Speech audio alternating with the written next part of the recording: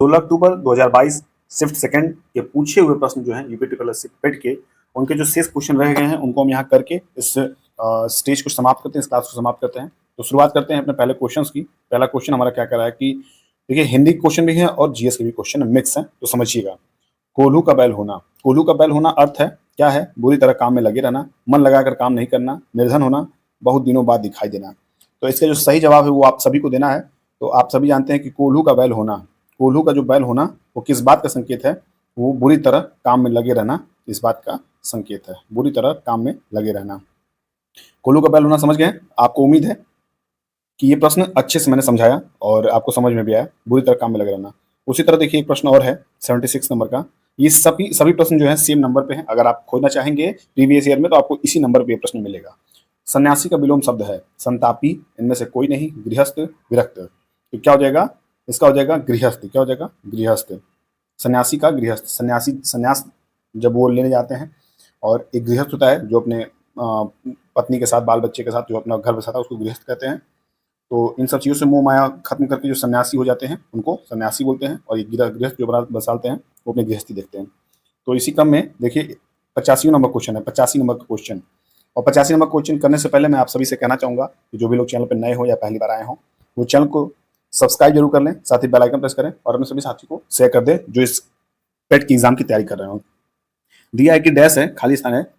सरकार के स्वामित्व वाली, सरकार के स्वामित्व वाली रोसाटोम ने हाल ही में भारत के कुडनकुलम कुडनकुलम संयंत्र को दीर्घ ईंधन चक्र वाले उन्नत यन ईंधन की आपूर्ति की। तो यूएई, कनाडा, रूस, या इनमें से कोई नहीं। तो बात करते हैं हम रूस की। जो रूस है ये बी ऑप्शन पे है, इसको देखिएगा।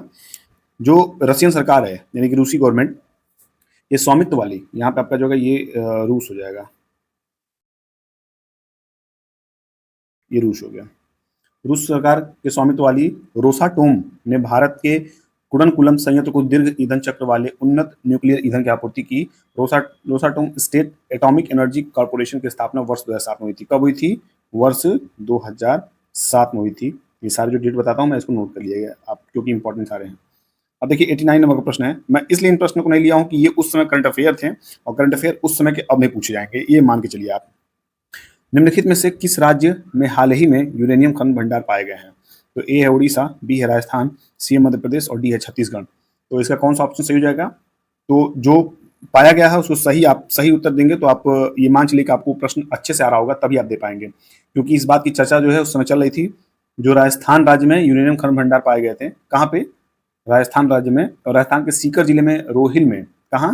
राजस्थान के सीकर जिले में रोहिल में यूरेनियम विशाल भंडार में पता चला। और ये मतलब अनुमान था कि यहाँ 12 मिलियन टन यूरेनियम भंडार की संभावना जताई गई है। कितना? 12 मिलियन टन। बहुत बड़ी चीज होती है 12 मिलियन टन।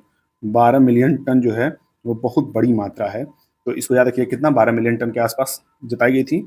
और कहाँ? राजस्थान के रोहिल में, राजस्थान के सीकर जिले में, रोहिल में। तो बी ऑप्शन आपका सही हो जाएगा। बात करें 90 नंबर प्रश्न की। देखिए क्या दिया है।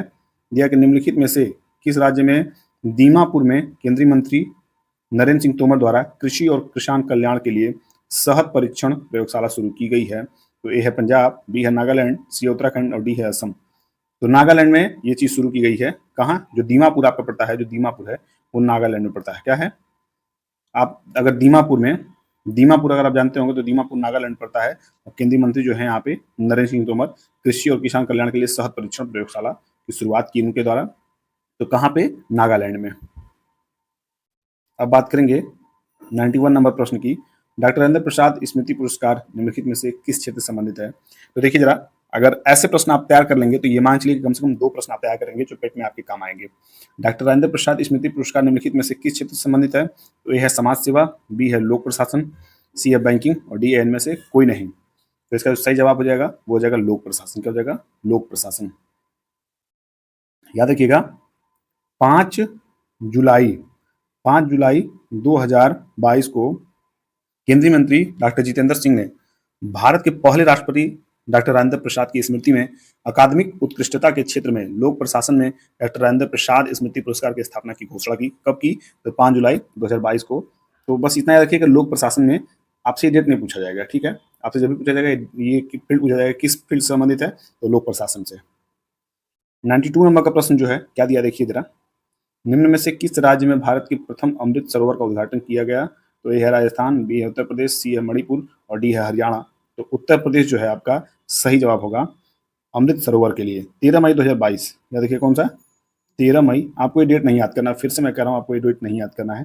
13 मई 2022 को तत्कालीन केंद्रीय अल्पसंख्यक कार्य मंत्री मुख्तार अब्बास नकवी तथा उत्तर प्रदेश के जल शक्ति मंत्री स्वतंत्र देव सिंह ने पटवाई रामपुर उत्तर प्रदेश में भारत के प्रथम अमृत सरोवर का उद्घाटन किया गया था और इसका सही जवाब उत्तर प्रदेश हो जाएगा। बात करते हैं 93 नंबर क्वेश्चन की, जो दिया है कि निम्नलिखित में से कौन से भारत के दो पड़ोसी द्वीप देश हैं? दो पड़ोसी द्वीप देश हैं, तो आप याद रखिएगा कि लक्षद्वीप आपका जो आप ही देश का हिस्सा है, और ये श्रीलंका जो है ये अलग देश है, मालदीव ये अलग देश है। श्रीलंका यहाँ अलग देश है। यहाँ देखिए ऑस्ट्रेलिया जो है, यहाँ बात किया पड़ोसी देश की, तो ऑस्ट्रेलिया आपका पड़ोसी है नहीं, इसको आप काट कीजिए। यहाँ देखिए मालदीव, म्यांमार, ये म्यांमार भी आपका इससे टच नहीं होता है लेकिन ये आपका द्वीप देश नहीं है। इसलिए जब भी आप टिक करेंगे तो आप श्रीलंका और मालदीव को टिक करेंगे। श्रीलंका और मालदीव भारत के दो पड़ोसी द्वीपीय देश हैं। श्रीलंका भारत के पाक जल मरुस्थल द्वारा अलग होता है। किसके द्वारा? पाक जल मरुस्थल द्वारा अलग होता है। ये भी प्रश्न आपसे पूछ सकता है। यूपीटीपीएससी के पास बहुत क्वेश्चन का संग्रह है, बहुत भंडार है, वो अपने अच्छे अच्छे प्रश्न बनवाते हैं और पूछते हैं हर समय। निम्नलिखित में से कौन सी ओमान की राजधानी है? देखिए राजधानी आपसे पूछे जाएंगे, इसलिए मैं कह रहा हूँ राजधानी और मुद्रा, खेल में और बुक्स में, लेखक में, तो इन सब चीज़ को अलग से तैयार कर लिए। मैं आपको एग्जाम से कम हफ्ते भर पहले सब चीज़ आपको जरूर प्रोवाइड करूंगा, ताकि जाते जाते आप इन सब चीज़ों को एक बार याद करके चले जाएं। ए है मास्को, बी है मस्कट, सी है मनामा और डी है माले। यहाँ अगर सही बात करें तो ओमान की राजधानी मस्कट है। क्या है? मस्कट है। ओमान की राजधानी मस्कट है। क्या है? मस्कट है।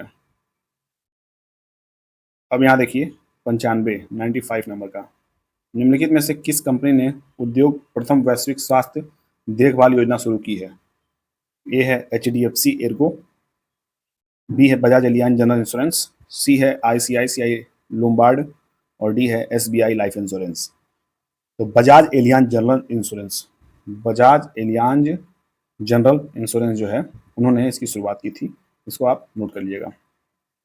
96 नंबर का प्रश्न देखिए क्या कर रहा है कि बियरेबल एटीएम कार्ड्स और ऑफलाइन यूपीआई किस कंपनी द्वारा लॉन्च किया गया है? तो ए है वीजा, बी है एसमनी और सी है रुपए और डी है मास्टर कार्ड। तो किसके द्वारा किया गया है? ध्यान रखिएगा, जून 2022 में, जून 2022 में अग्रणी फिटनेस सेवा कंपनी एसमनी, कौन? एसमनी,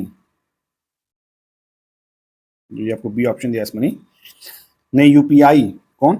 यूपीआई 123 पे, ठीक है, तथा बियरेबल एटीएम कार्ड्स लॉन्च किया था। यूपीआई 123 पे जो है भुगतान लोगों का फीचर्स फोन का उपयोग करके स्मार्टफोन या इंटरनेट कनेक्शन के बिना कैशलेस लेनदेन की सुविधा प्रदान करता है, और इसकी जो शुभारंभ हुआ था जून 2022 में हुआ था। 97 नंबर का प्रश्न क्या कर रहा है कि भारत में अंतर्राष्ट्रीय श्रमिक दिवस किस दिन मनाया जाता है? देखिए मैं आपसे दिवस भी बोल रहा हूँ कि दिवस भी याद कर लीजिए आप लोग, दिवस भी बहुत इंपॉर्टेंट है। भारत में अंतर्राष्ट्रीय श्रमिक दिवस किस दिन मनाया जाता है? तो ए है आपका 1 मई, बी है आपका 12 दिसंबर, सी है आपका 15 अप्रैल और डी है आपका 1 अगस्त। तो इसका क्या सही हो जाएगा? जो सही ऑप्शन है वो 1 मई हो जाएगा। क्या हो जाएगा? 1 मई। भारत में अंतर्राष्ट्रीय श्रमिक दिवस 1 मई को मनाया जाता है। 98 नंबर प्रश्न को देखते हैं क्या दिया है। दिया है कि निम्नलिखित में से किस राज्य को राजस्थान का सफेद शहर कहा जाता है? तो उदयपुर, जयपुर, बीकानेर या अजमेर। तो किसको कहता है? उदयपुर को। किसको कहता है? उदयपुर को। राजस्थान का सफेद शहर उदयपुर कहा जाता है, जबकि जयपुर को गुलाबी शहर कहा जाता है। किसको? जयपुर को गुलाबी शहर। उदयपुर को झीलों का शहर भी कहा जाता है। उदयपुर की स्थापना मेवाड़ के शासक राणा उदय सिंह ने की थी। किसने की थी? अगर बात की जाए उदयपुर की स्थापना किसने की थी, तो मेवाड़ के शासक, किसके? मेवाड़ के शासक राणा उदय प्रताप सिंह, राणा उदय सिंह, ये नोट कर लीजिएगा आप लोग। फिर बात करेंगे हम 99 नंबर प्रश्न की। क्या दिया है कि निम्नलिखित में से यहाँ देखिए खाली स्थान है, एक केंद्र शासित प्रदेश की राजधानी नहीं है। तो ए है आइजोल, बी है कवरत्ती, सी है दमन और डी है पुडुचेरी। तो क्या इसका सही ऑप्शन हो जाएगा? आइजोल। क्या हो जाएगा? आइजोल। निम्नलिखित में से आइजोल एक केंद्र शासित प्रदेश की राजधानी नहीं है। क्या है? आइजोल जो है किसी राजधानी नहीं है, बल्कि कवरत्ती, पुडुचेरी। अब देखिए, हम बात करते हैं, आपसे साफ साफ इसको बता दें, आइजोल किसकी राजधानी है? आइजोल है मिजोरम की। किसकी? मिजोरम की, जो कि केंद्र शासित प्रदेश नहीं है, वो स्वतंत्र है। और ये आपकी अगर क्या नाम है, कवरत्ती दिया है, कवरत्ती जो है लक्षद्वीप की है। किसकी है? लक्षद्वीप की है। और फिर बात करें आपसे, दमन जो है वो दादर नगर हवेली किसकी है? दादर नगर हवेली तथा दमन एंड दीव की राजधानी पुडुचेरी है। और पुडुचेरी की राजधानी किसकी है? दामन एवं, देखिए कितनी लंबी है जो पुडुचेरी है वो कितनी लंबी है। दादरा दादरा एवं नगर हवेली तथा दमन दमन एवं दीव की राजधानी तथा पुडुचेरी पुडुचेरी की राजधानी है। अब बात करेंगे 16 अक्टूबर 2022 में जो सेकंड था उसका लास्ट प्रश्न है, निम्नलिखित में से कौन लोकसभा के प्रथम अध्यक्ष स्पीकर थे? तो जब भी ऐसा बात आए तो जी मावलंकर, जी मावलंकर। और देखिए थोड़ा सा इसमें क्या है कि गड़बड़ हो गया लिखने में, ये मांडलेकर हो गया है, मावलंकर होगा। क्या होगा? मावलंकर, मावलंकर। तो ये गणेश मावलंकर यानी कि जी मावलंकर प्रथम थे। कौन थे? प्रथम थे। और आपसे वर्तमान में पूछे अगर, तो वर्तमान में जो आपके समय होंगे उनको आप टिक करिएगा। अगर ऐसा आप पेपर में करते रहेंगे सब क्वेश्चनों को देख के समझ के, तो बहुत अच्छा रहेगा आपके लिए। बाकी जो है मेरी तरफ शुभकामनाएं, आपको पढ़ते रहिए, मस्त रहिए, स्वस्थ रहिए। अगली क्लास मिलते हैं, तब तक के लिए बाय बाय, टेक केयर।